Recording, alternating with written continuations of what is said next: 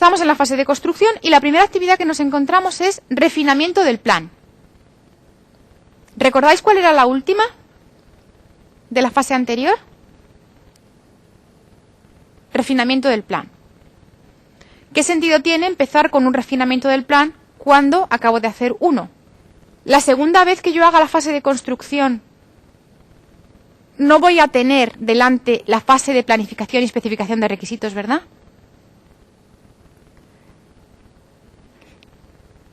Luego, el sentido que tiene incorporar la fase de refinamiento del plan al principio de la construcción es para aquellas iteraciones que no son la primera.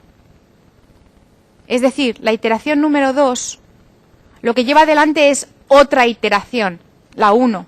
La iteración número 3, lo que lleva adelante es la iteración número 2.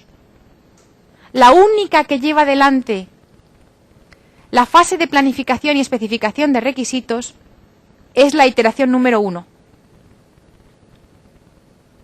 Por eso, solo en este caso, coinciden la última actividad de la fase de planificación y especificación de requisitos con la primera de la fase de construcción. De modo que, en el primer caso, en la primera iteración, es redundante. Ya está hecho el refinamiento. No se vuelve a hacer. Solo se hace en las siguientes iteraciones. Este refinamiento del plan, en las fases sucesivas, va a consistir precisamente en eso, en ver si ha habido modificaciones en la planificación y tenerlas en cuenta. Entonces, siempre al comienzo de una iteración nueva se hace un refinamiento del plan de proyecto. Y también se hace una sincronización de modelos. ¿Por qué? Pues porque todos los modelos tienen que ser coherentes y consistentes. Y tú, al pasar de una iteración a otra, vas construyendo tu modelo de clases sobre el modelo de clases de la iteración anterior. Por eso es incremental. Por eso todos los modelos tienen que ser coherentes y consistentes a través de los distintos ciclos de desarrollo que vas haciendo. Vamos con el análisis. En el análisis nos vamos a detener un poco más, porque igual que las tareas de refinamiento del plan y sincronización de modelos son atómicas, no tienen tareas hijo, las de análisis y diseño sí que las tienen. Entonces vamos a centrarnos en esta actividad para ver qué es lo que se hace dentro de ella. Antes de nada, decir que el análisis, aunque ya he comentado alguna vez que en organización de objetos no hay una línea, la línea de división entre análisis y diseño es bastante difusa, pero sí que es verdad que nos vamos a centrar en el hecho de que en análisis nosotros hablamos del qué y algo menos del cómo. El cómo lo vamos a dejar para la fase de diseño. Lo primero que se hace en la fase de análisis es definir los casos de uso en formato expandido. ¿Y de qué casos de uso estamos hablando en este caso? De los casos de uso de la primera iteración. En este caso es la primera. Si fuera la segunda, de la segunda iteración. Es decir, de los casos de uso que estén en ese ciclo, en esa iteración. ¿Recordáis el formato que habíamos visto para los casos de uso en formato expandido? No me voy a detener, simplemente recordaros que tenía una parte en la que describíamos qué hace el actor y cómo responde el sistema a esas interacciones. Y recordaros que había un caso de uso expandido por cada caso de uso de los que aparecen en el diagrama de casos de uso. Y tantos como alternativos, es decir, tantas posibilidades como alternativas tengamos, podremos describir en el caso de uso en formato expandido. Uno típico y tantos como alternativos. Refinamiento del diagrama de casos de uso. ¿Por qué hay un refinamiento? Pues porque al describir los casos de uso en formato expandido, normalmente uno se da cuenta de la complejidad que tiene el caso de uso. Puede ocurrir que un caso de uso se descomponga en dos, o que dos casos de uso acaben siendo uno. De modo que hay que volver al diagrama, a refinar ese diagrama, a quitar o poner casos de uso. Eso es lo que significa esta tarea. En este punto haríamos un refinamiento del modelo conceptual, suponiendo que tengamos ya uno borrador de la fase anterior. Si no lo tenemos, lo construimos. Y llamamos modelo conceptual, repito, a un diagrama de clases borrador, en el que realmente no tenemos definidos los métodos, seguramente tengamos algún atributo, quizá algún método, pero en cualquier caso es un modelo conceptual.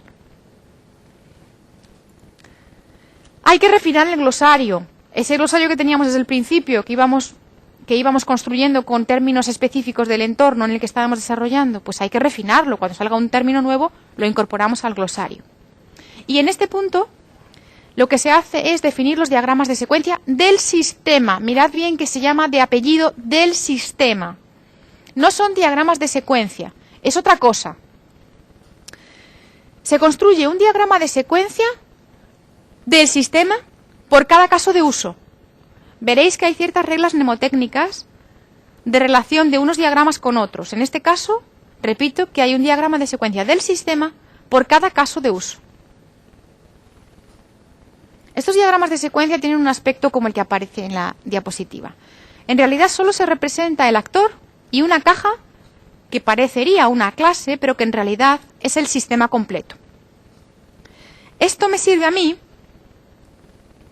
para poder identificar las interacciones que hay del actor al sistema. Nosotros ya tenemos una técnica que nos sirve para identificar la relación, la interacción que hay entre el actor y el sistema. Los diagramas de caso de uso en formato expandido, que acabamos de ver, incorporan una parte que no es gráfica, es textual, pero viene a decir exactamente lo mismo.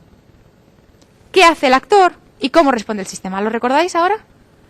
Luego, en nuestra línea de es que yo no pinto por pintar, sino que pinto por entender mejor lo que estoy construyendo, este diagrama os lo podríais ahorrar si utilizáis el formato expandido del caso de uso que hemos visto, porque la información es la misma.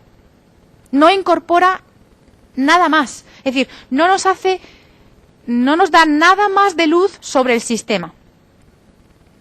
¿Lo entendéis, verdad? Es la misma información representada de otra manera. ¿Qué ocurre cuando no se ha utilizado ese formato expandido? Pues que quizá haga falta, pero en este caso, con ese formato expandido de caso de uso tenéis suficiente.